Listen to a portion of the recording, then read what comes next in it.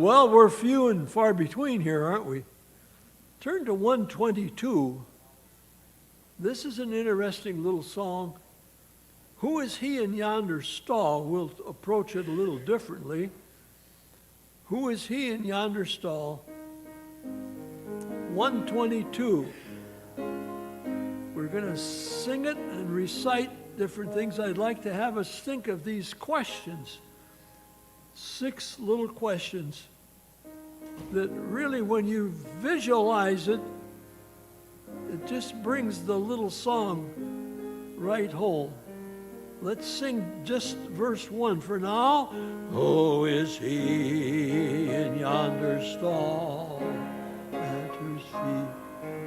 And then I'll ask the next one. Who is he who stands and weeps at the grave where Lazarus sleeps?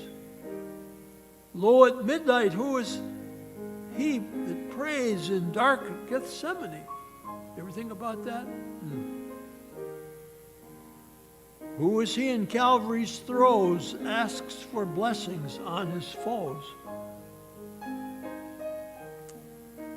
Who is he that from the grave comes to heal and help and save? Who is he that from yon throne rules the world of light alone? It's not all finished off yet, but he still rules and reigns. Sing the chorus. 'Tis the Lord, oh wondrous story. 'Tis the Lord, the King of glory. At his feet we humbly fall. Crown him Lord of all.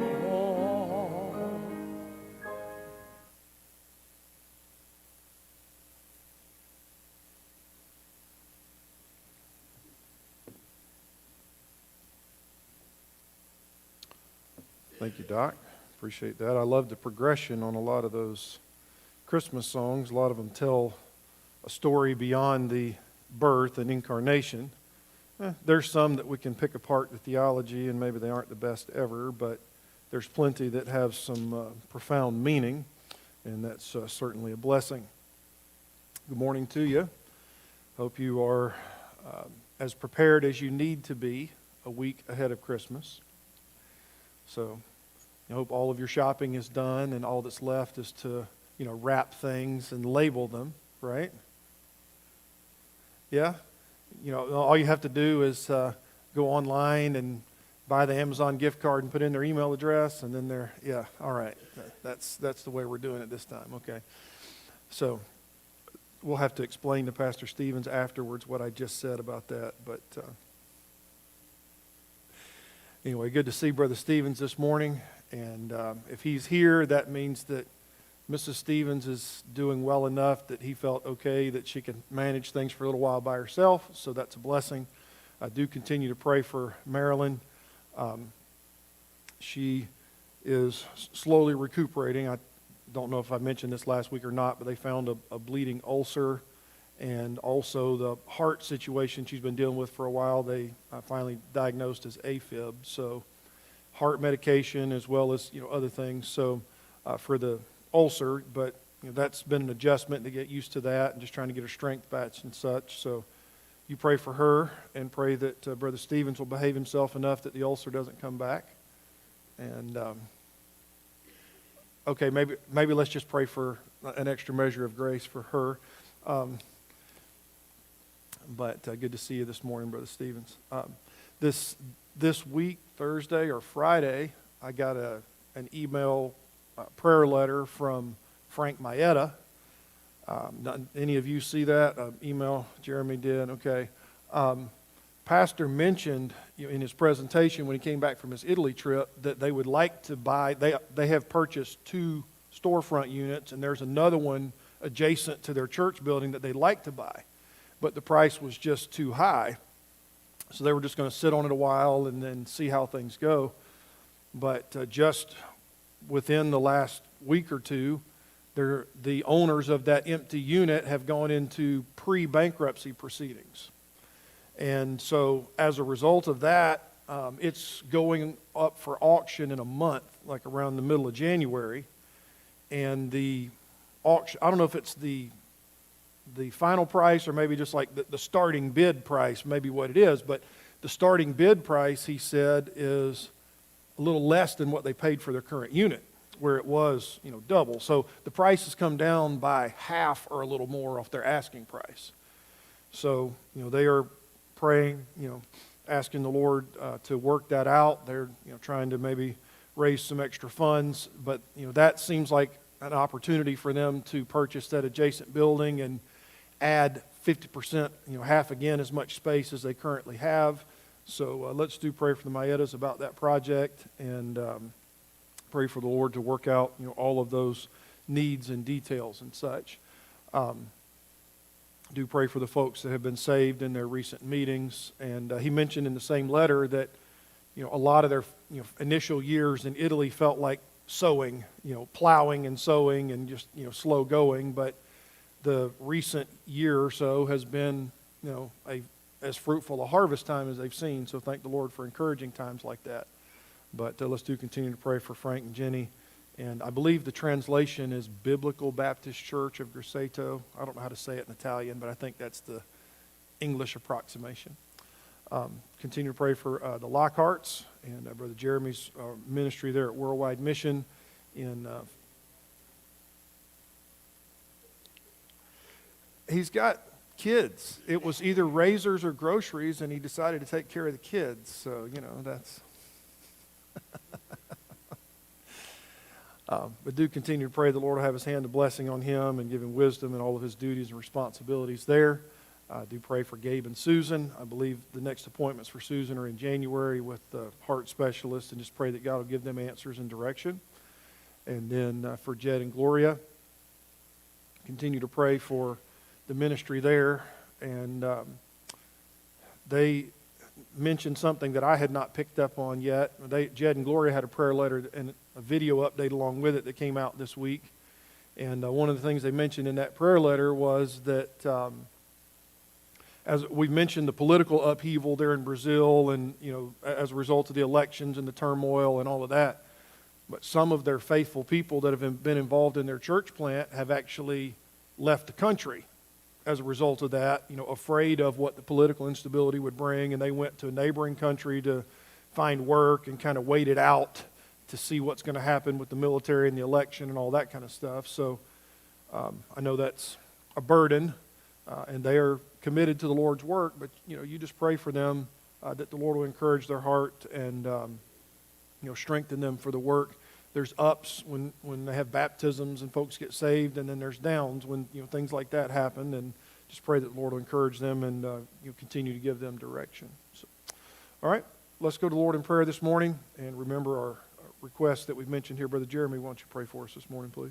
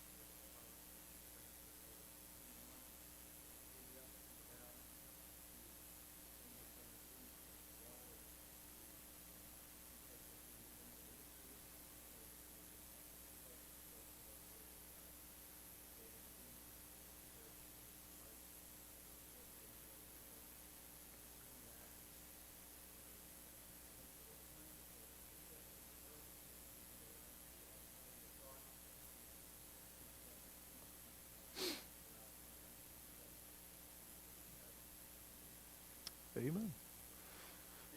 Appreciate that. All right, we're going to be in 2 Kings chapter 11 this morning. 2 Kings chapter 11. We finished up last week looking at Jehu and his primary positive contribution was to get rid of the house of Ahab. He executed Ahab's son, and Jezebel, and also Ahaziah, who was in the southern kingdom, who was married into the house of Ahab. But Jehu followed, he got rid of the Baal worship, which was also a positive, but he followed the calf worship, which was obviously still sinful. So that brings us, we mentioned that this time of Jehu was a time of instability in Israel. Well, that would have carried over into Judah, because Jehu in the same week executed the king of the north and the king of the south. So both of them have to replace their leadership at the same time. In the north, Jehu basically said, is anybody going to challenge me? And they said no, and he became the king. In the south, however, it was a different story. If we go back to the end of chapter 9, we would see that Ahaziah was killed by Jehu, and then I believe in the early part of chapter 10, Ahaziah's brethren were coming to visit him, and Jehu wiped them all out as well. So then the rest of chapter 10 concentrates on Jehu. 11, the story shifts back to the southern kingdom of Judah. So, chapter 11, verse 1, when Athaliah, the mother of Ahaziah, saw that her son was dead, she arose and destroyed all the seed royal. Now, let's go back just a second for her lineage. Ahaziah was the daughter of Ahab and Jezebel. It seems like from her actions and all of that she was in many ways the carbon copy, the image of her mother Jezebel. I mean, who was it that strong-armed the vineyard from Naboth? It wasn't Ahab, it was Jezebel. I mean, who was it that threatened to kill Elijah after the incident on Mount Carmel? It was Jezebel. Who was it that greatly promoted the Baal worship? It was Jezebel. And it seems like Athaliah followed in her mother's footsteps in many ways here. So what that means is she would have been raised as a worshiper of Baal in the house of Jezebel. Her mother was very passionate about that, and it seems that Athaliah picked up that same pursuit. And eventually she married Jehoram, king of Judah. Now remember, there was Jehoram in the north, Jehoram in the south. One of them was Joram, one of them was Jehoram. But this was a cross, political marriage, a crossing of the families. So you had the house of Ahab married to the house of David in the south. So Ahaziah was her son, and then once Ahaziah died, well then, you get this really nasty situation here. Verse 1, it says, when she saw that her son was dead, she arose and destroyed all the seed royal. Now, I couldn't help but think about the parallels here. I mean, first, the negative side of it. I mean, she destroyed the seed royal, which meant if she had any other sons that might have claim to the throne, she killed them. Apparently she didn't. But it definitely means she killed all of her grandchildren. Now, I know many of you represented here have grandchildren, and you will talk about them without much prompting. If there is a prompt, you'd be glad to tell folks about your grandchildren, right? Used to be pull out the wallet and show the pictures. Now it's pull out the phone and show the pictures, right? But you love to talk about your grandchildren, love to see what they're doing and invest in them. I mean, flip it around the other way. At the holidays, Thanksgiving and Christmas time, very often, if folks are able, what do? You go visit the grandparents. I mean, that's something that the kids hopefully are excited about. I can't imagine going to grandma's house and saying, is grandma going to attack me? Or, am I going to live through this visit to grandma's house? That's just kind of a foreign concept. But, normally, if anybody's going to protect the kids, it's mom and grandma, right? And grandmothers are notorious for defending their grandchildren as much as is possible. Athaliah, however, was the daughter of Jezebel. Athaliah's primary interest was not her grandchildren, it was herself. Now, she had more than likely had an outsized influence on her son. Okay? And it's quite possible that, she was kind of pulling some puppet strings while her son was the king. But for a grandmother to just kill all of her grandchildren so that she could take the throne is an unspeakable act of cruelty, selfishness, self-centeredness. It doesn't make any sense. I try to process this, and my mind just kind of shuts off at a certain point. I mean, it's a little more understandable from the standpoint of Jehu, where God said, I'm to get rid of the house of Ahab for all your wickedness, and you kill Ahab's son, and you kill Jezebel, and you wipe out all of the sons of Ahab and all of that. That's a little more understandable, even though it's grotesque. But here, for Grandma to be going through the king's house, going into bedrooms and baby nurseries and schoolrooms and killing her own grandchildren, it's just unspeakable. I couldn't help but think, however, of the parallel at this time of year with Matthew chapter 2. Right? What did Herod do when the wise men showed up and he inquired of them about a timeline and when the star had appeared and all that kind of stuff? And then when Herod saw that the wise men didn't come back and tell him, what did Herod command? All those 2 and under to be wiped out. Okay? Which is, again, an unspeakable atrocity, but it was an act of self-preservation and selfishness and power grab and all of those kinds of things. I mean, you contrast the way that, in essence, Mary and Joseph put their life and reputation on the line for this baby that was to be born. Joseph, went to Egypt away from all their family for 2 years until, or however long it was, I think it was a couple of years, until God appeared to them and said, okay, it's safe to go back to Nazareth.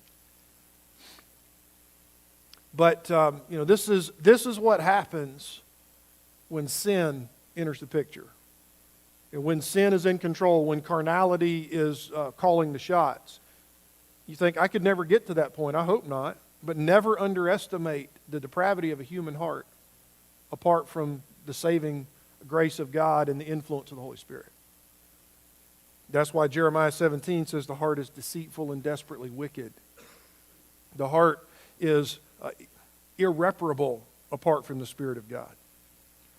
So you have here, this is the primary statement that we have about her reign here in verse number 1. You have a similar statement in 2 Chronicles, but we don't know much about the next few years. There's very little that's recorded of her actual reign in the Scripture. She destroyed all the seed royal. Verse 2, Jehoshabeah, the daughter of King Joram, sister of Ahaziah. All right, now let's run the genealogies here for just a minute. I know that's not much fun, but I think it'll be simple enough. Ahaziah was the king. Jehu killed him. Who was his mama? His mama was Athaliah here. Okay? Now, it says here that she was the sister of Ahaziah. So it's very possible that, this was from a different mom other than Athaliah. So this would have been a stepdaughter in our terminology to Ahaziah. But this was, to Athaliah. But this was the king's sister who found one of the babies and spared his life. So in essence, she is, I don't know if this is grandma, probably not. It's a stepmom kind of situation would be the closest parallel that we have. But Ahaziah's sister took Joash, the son of Ahaziah, and stole him from among the king's sons which were slain, and they hid him, even him and his nurse, in the bedchamber from Athaliah, so that he was not slain. I mean, this is chaos. I don't know if you've ever read accounts of school shootings, but that's kind of the closest thing that I can parallel this. You get somebody that goes into a school and everybody else is pretty much defenseless, think they're okay, whatever, and then there's just chaos and terror and panic and that kind of stuff. That's exactly what was going on in the hallways of the residence in the palace. Athaliah and her guards, her trusted soldiers, bodyguards, whatever, they're going through from room to room and they're killing all of the descendants of Ahaziah. Which makes it kind of interesting to me. She hid him in the bedchamber. I don't know if that was her own bedroom. Some of the commentators speculate that that might have been what we would call today a storage room. It was where they kept extra beds and cribs and other things. That would make a little more sense to me than just her own bedroom. But it seems like she found a hiding spot in a bedroom or a storage room or something until the soldiers were gone. Well, then she managed to work him out of the house. Verse number 3, he was with her hid in the house of the Lord 6 years. And Athaliah did reign over the land. If we look over at the parallel passage in 2 Chronicles, 2 Chronicles chapter 22, verse 10, when Athaliah, the mother of Ahaziah, saw that her son was dead, she arose and destroyed the seed royal, the house of Judah. But Jehoshabeath, the daughter of the king, took Joash, the son of Ahaziah, and stole him from among the king's sons, and put him and his nurse in a bedchamber. So Jehoshabeath, the daughter of King Jehoram, the wife of Jehoiada the priest, for she was the sister of Ahaziah, hid him from Athaliah so that she slew him not. Now that is an interesting detail, isn't it? She was a sister of Ahaziah, but she was married to a priest. Okay? Now that explains a lot more of this connection. She hid him, and then she was able to sneak him out and get him over to the temple. When we looked at the temple a little bit when we looked at King Solomon, and there was the worship chamber, so to speak, and there were also storage rooms where all the offerings were kept and stuff, but there were, what we would call today bedrooms or guest rooms or hotel rooms, or however you want to say that. The priests and Levites lived all over the country, and when it was their rotation to serve, they would come in and they would stay there for a period of time, and they'd go back home. So there were dwelling places there in and around the temple. And it seems like through her connections, she was able to get him over to the temple. Now, why was the temple a safe space from Athaliah? Exactly. Athaliah was a worshiper of who? Baal. So she had zero interest in the house of God. I mean, a great way for me to hide something from a lot of you men would be to put it at Hobby Lobby. I'm not going there voluntarily most of the time. I'm going there because, somebody that I love has asked for something, that kind of thing. In the same way, I could hide things from many of you ladies by putting it at, Cabela's or Dick's Sporting Goods. We could, but the truth is, Athaliah had zero interest in the house of God. It seems like she kind of tolerated it, allowed the things to go on, but she wasn't going in there. She had zero interest. Now, what we do see, the only other thing that I see from her reign is actually found in 2 Chronicles chapter 23. And it's a little bit later on down. Look with me at 2 Chronicles 23 and verse number 17. And all the people went to the house of Baal and brake it down, and brake his altars and his images in pieces, and slew Mattan, the priest of Baal, before the altars. 2 Chronicles 23, verse 17. Now you might think, oh, okay, yeah, well, daughter of Jezebel, house of Baal, makes sense. You got to remember, we're not talking about northern kingdom here. We're talking about the southern kingdom of Judah. And so at this point in time, they have built a temple for Baal in the same city as Solomon's temple for the house of God. Now, Solomon started some of that by building other houses of worship for some of his other wives, but I don't know how much of that was actually in Jerusalem. But it seems to me like, this was built under the influence of Athaliah, because she was a very strong promoter of the Baal worship there. But other than that little nugget and what we read about the slaying of her own grandchildren, not much else is told of us for the next 6 or 7 years. But I want us to think about it in this standpoint. If we were to rewind to 2 Samuel chapter 7, 2 Samuel chapter 7, God, through the prophet, appears to David and he said, look, I'm going to make a covenant with you and I'm going to bless your house and your son's going to reign on the throne in Jerusalem forever. And, here's the blessings that I'm going to give you. I mean, even today, the Israeli flag has what emblem on it? Star of David. I mean, David for centuries at this point, what we're talking about now is probably around 850 BC, the approximate timeline for Jehu and Athaliah. You're talking about 200 years after David's birth. Okay, Saul became king in 1050, and now we're talking about 850. So, we're talking about almost 200 years after David became king, and certainly there was the hope for the house of David and the Messiah that had been promised and all of that. What does it look like right here? Athaliah, as far as everybody knows, has killed all of the king's sons. Remember, Ahaziah was a descendant of David. Okay, Athaliah was the house of Jezebel, but Ahaziah's sons would have still been a son of David. As far as everybody knows, all of David's sons are dead at this point. What does that say for the history of Israel? What does that say about the promises of the kingdom? What does that say about, the future of their nation? I submit to you that this was a dark period in Jewish history. There was a real belief that the light of the house of David had gone out in Jerusalem and in Israel. How long did God allow people to, if I can just say it this way, I'm not in any way trying to be irreverent, I'm just trying to get you to think with me. How long did God allow people to think along that line? 7 years. I mean, the boy was 7 years old. Now, I don't know exactly how old he was an infant, but 6 to 7 years, God allowed people to operate under that assumption. Now, had God forgotten about them? No. I mean, we know the rest of the story, but I want us to just stop long enough to think, wow, 6 years. I mean, let's just rewind. 6 years back from today would be what? 2016. Anything interesting happened in 2016?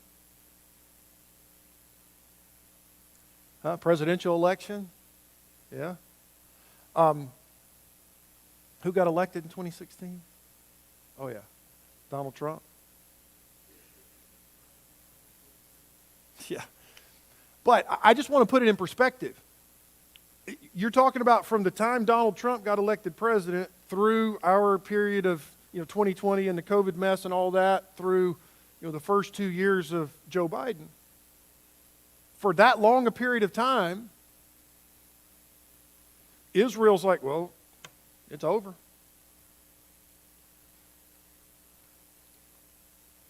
What's the application?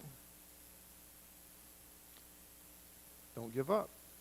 Don't give up specifically on God's promises. But have you ever gotten to a point where you thought, oh, well, maybe I misunderstood. Maybe it's not going to happen. Maybe from their perspective, maybe God's not going to keep his promise to the house of David. Maybe we've sinned enough that God's judged us and he's changed his mind about the house of David, right? I just simply trying to illustrate 6 years is a long time. Think about all the stuff that's happened in 6 years. 6 years of living life and just trying to stay out of the way of Athaliah. I don't know if she had a good side, but just trying to stay off of her bad side.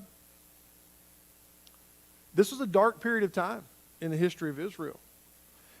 But really, that's all we get of the story is she killed all of her grandchildren and she reigned, and when they finally executed her, they tore down the house of Baal. So that was kind of the prominent thing that was going on here. We're not told anything else about her accomplishments as the ruler here. But then in 2 Kings chapter 11, we see her overthrow and execution. The parallel story to this is in 2 Chronicles 23. Now, in verse number 2 of chapter 11, it says that the rescued child was Joash, the son of Ahaziah. If you look a little bit further down, you see that the name Jehoash is used. It's another one of those where there's two names. All right, but we'll come back and talk about King Joash after we talk about Athaliah. But basically, verse 4 says the 7th year Jehoiada sent and fetched. Okay, so this was the 7th year of Joash's life. Joash was 7 years old when he became king. Now, we joke about kids that think they run the house or rule the world. But the reality is he held the title of king at 7 years old. I mean, obviously, who's running the show at that point? Primarily his uncle, Jehoiada, the priest. And, the others, the advisors are kind of running the show. But why would the high priest, who at this time was, of pretty decent age, he lived to be over 100, but I think at this point he was at least in his 70s. Why would he install a 7-year-old as king? I mean, just time out. We're going to put 7-year-old in charge? Now, we can joke about it and say, well, that wouldn't be much different than some of the other leaders that we've had. But the reality is, I mean, we look at that as a sad commentary and hope that common sense will prevail. The truth is, a 7-year-old was wearing the throne and wearing the crown and sitting on the throne. Do what? What makes that any sort of a logical system? Doesn't make any sense to me, except the fact that God had promised to the house of David that his son would sit. And so Jehoiada viewed this, I think, as a spiritual duty as well as a political duty to try to restore the house of David. And there's also a spiritual element in the sense that Athaliah is greatly promoting the worship of Baal. Okay? So I think there is a national, if I can say it this way, national or political and spiritual, they intersect here in Israel. If you read 2 Kings 11, verse 4, the 7th year Jehoiada sent and fetched the rulers over hundreds with the captains of the guard. I think those are two separate groups of people. Okay? I think the rulers over hundreds refers to the Levites and the priests. I think you see the parallel to that in 2 Chronicles. I think the captain of the guard, it could be the temple guard, but I think based on the rest of the story, it's very likely that the captain of the guard, this referred to the soldiers at the king's house or at the palace. Because it's one thing for him to have the Levites to defend the temple. But it's another thing for him to march this kid across the way. If you remember, Solomon had made an elaborate connection. He had made an entrance from the king's palace to the house of God. So for him to march this kid out of the temple and into the front door of the castle and put him on the throne as the king, there had to be some cooperation with the king's, the palace soldiers too, is what I'm saying. So I think there's an overlap here between the Levites and the priests who were armed and then the soldiers of the regular army of Israel. 2 Kings probably assumes that.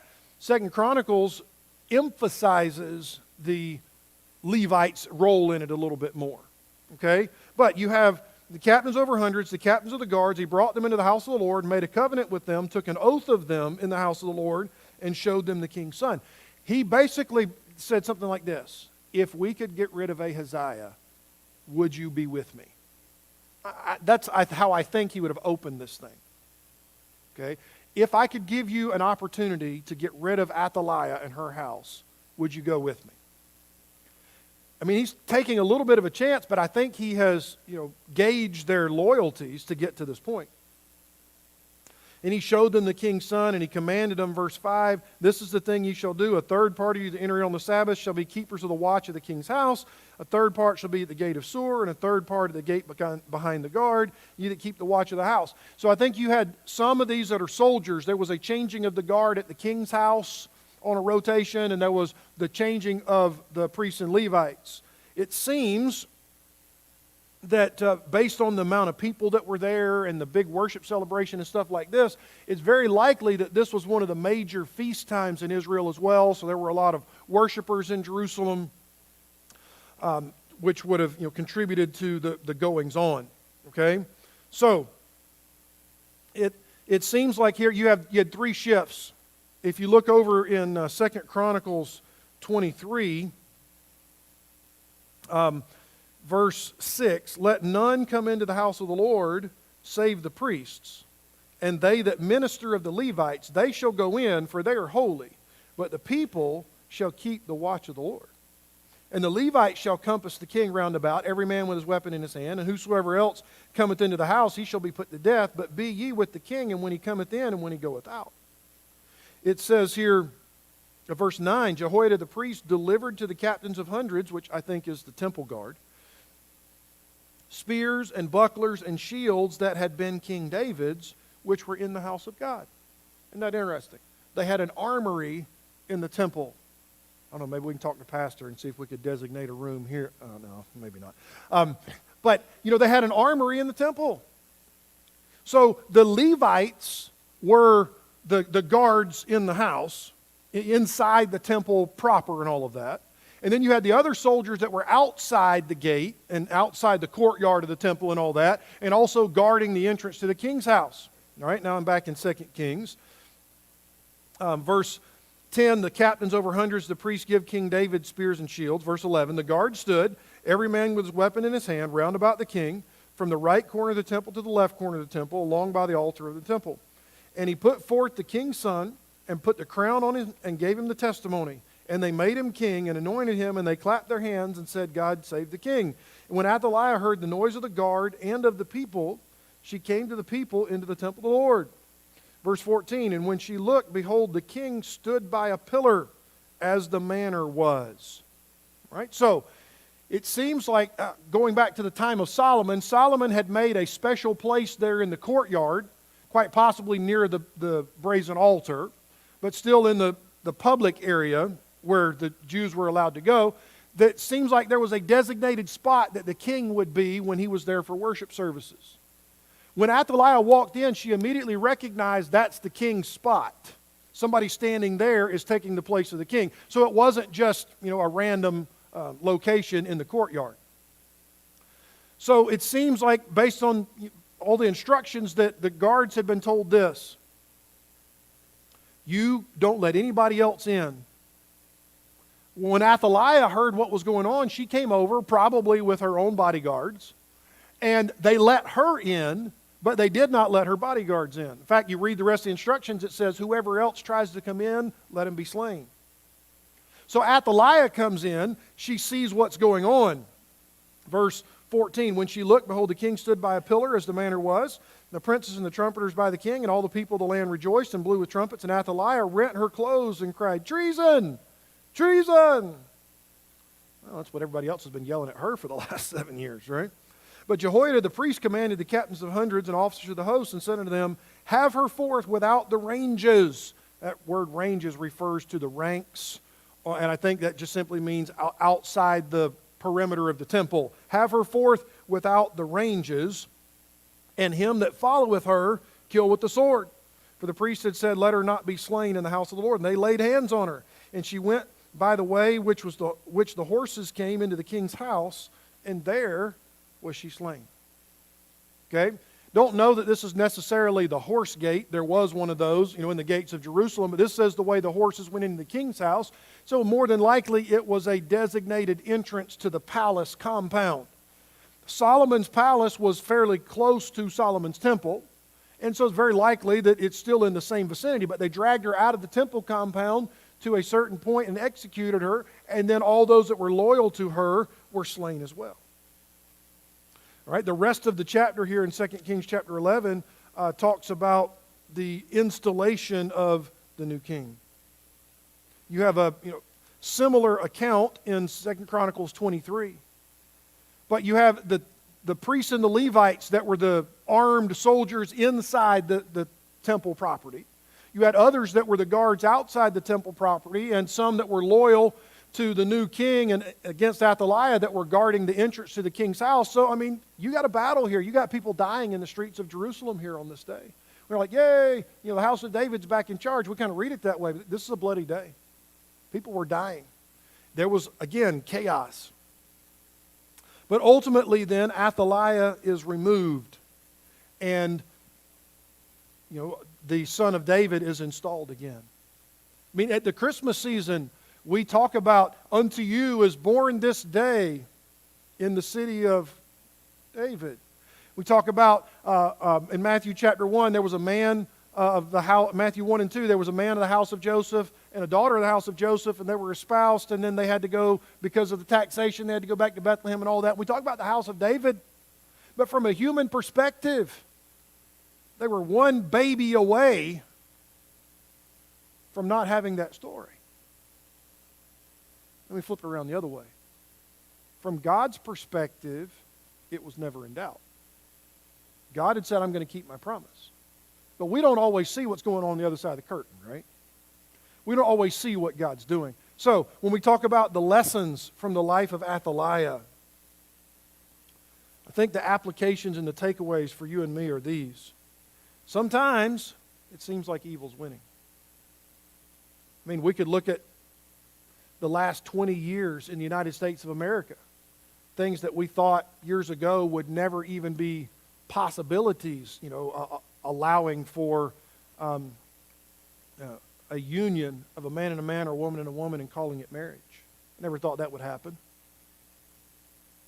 Or the continued assault on the home and the family and the house of God and religious freedoms and all of that.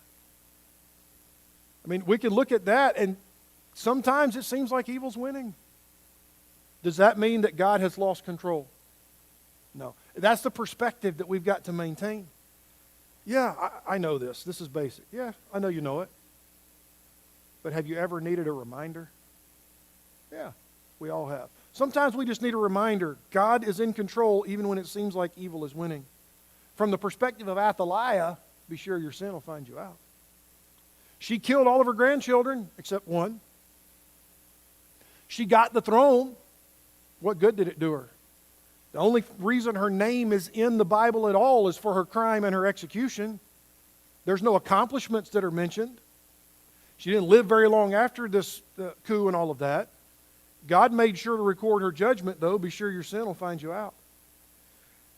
God is often working in the darkness, unknown to us, while we think His promises have been broken or forgotten.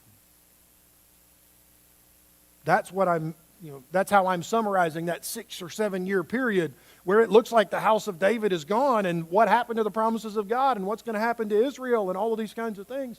There are times when it's pretty dark and it seems like God's promises have been broken. God's forgotten about us.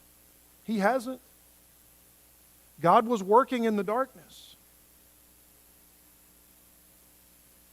It's our responsibility to trust God even when we don't see what He's doing. It's far easier when we can see the outcome, right? We know, all right, well, there was a son, and Athaliah is going to be killed, and we know that the Messiah is going to... we know the end of the story. But when you're living it out, we need the reminders. We sometimes just have to choose on purpose. Faith is a choice, and the feelings follow later. Faith is not a feeling. And there are times when we have to choose to trust God, choose to follow God, when the feelings don't match. This was one of those times in the history of Israel. God was working in the darkness when it would have appeared that otherwise they had been forgotten. And then we see from the life of Jehoiada the priest, sometimes change requires someone with the courage to speak up. Ultimately, Jehoiada had to say, hey, I've got an alternative to Athaliah. Are you willing to side with me and oppose her? He had to step out and reveal his closely guarded secret to the Levites and then to the captain of the guard. And because he was willing to speak up, there was a period of revival. Through Jehoiada's influence on Joash the king, there was a period of revival and the house of the Lord was repaired and lots of positive things happened. But there had to be a willingness to step out, if I could say it this way, and take that step of obedience to God when you don't necessarily see the end result. and then see the blessings of God follow after. So yeah, are there lessons that we can learn from the daughter of Jezebel? I think so. And I think this time in history can be an encouraging time to us when we look at things in our state politics, international politics, and go, wow, I mean, this isn't exactly the way I would hope for or the way I would vote for. God's still in control. God's still working, no matter what we see. We've seen consistently already God judges sin, God blesses obedience, and God has purposes for things that we don't always understand. But we must choose to trust God when we can see the outcome and when we can't see the outcome, because God's always in control. Thank you, Lord, for your word. Help us to trust you on purpose, by choice, and help us to be good servants and good testimony to those around us. We pray now for your blessing on the next service to come. We'll thank you in Jesus' name. Amen. Here it is.